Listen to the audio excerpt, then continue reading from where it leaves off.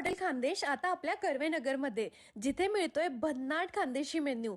अस्सल बोकडाचं खानदेशी काळ्या मसाल्यातील चिकन आणि मटण थाळी, ते पण डेगमध्ये बनवलेली. यापेक्षा बेस्ट काय असू शकतं? अरे एवढंच नाही तर खानदेश स्पेशल सगळा मेन्यू इथे आहे. शेवभाजी, पाटवडी भाजी, वांग्याचं भरीत आणि मुख्य म्हणजे खानदेशी लोकांचं स्वर्ग वरण बट्टी थाळी.